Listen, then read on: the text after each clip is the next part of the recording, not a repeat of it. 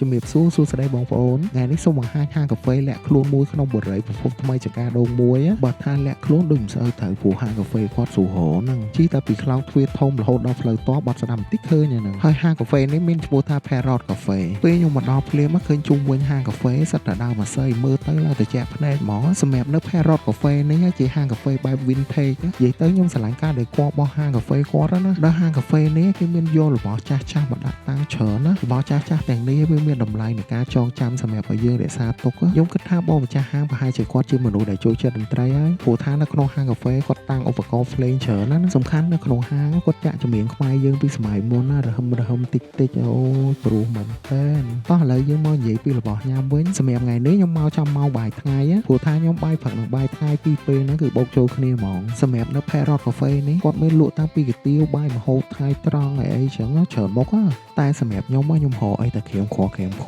ចឹងខ្ញុំហៅត្រីពងសាបញ៉ាំមួយបុកកសាំងនិងទឹកត្រីស្វាយត្រីពងចឹងដល់ពេលញ៉ាំមួយបុកកសាំងអូឆ្ងាញ់មែនទែនតែដល់ពេលញ៉ាំមួយទឹកត្រីស្វាយក៏ឆ្ងាញ់ត្រីពងទាំងសកាញ៉ាំទៅស្រួយអូជាតិហ្មងបាទដូចខ្ញុំប្រាប់ចឹងខ្ញុំគឺបាយព្រឹកបាយថ្ងៃគឺបូកចូលគ្នាអញ្ចឹងសូមថែមបាយសាច់ជ្រូកមួយចានទៀតណាហើយសម្រាប់រសជាតិបាយម្ហូបហើយនិងកាហ្វេឆ្ងាញ់សមរម្យអាចទទួលយកបានណាគឺខ្ញុំបឺតកាហ្វេទឹកមុខគិតហ្នឹងអត់មានគិតរឿងអីណាគឺអត់តន់ឆ្អែតអញ្ចឹងសម្រាប់ចិត្តថានំប៉័យញ៉ាំមួយទៀតហើយនំប៉័យកន្លែងគាត់ល្បីណាគាត់ធ្វើថ្មីរាល់ថ្ងៃអញ្ចឹងបងប្អូនដែលបានទៅកុំភ្លេចសាកអងសម្រាប់ទីតាំងផ្ទះលេខ 179A ផ្លូវលេខ 5 បរិយាភូមិថ្មីចង្ការដូងមួយចាំខ្ញុំដាក់ Google Map ជូនទៀតសូមជម្រាបលាបាយបាយ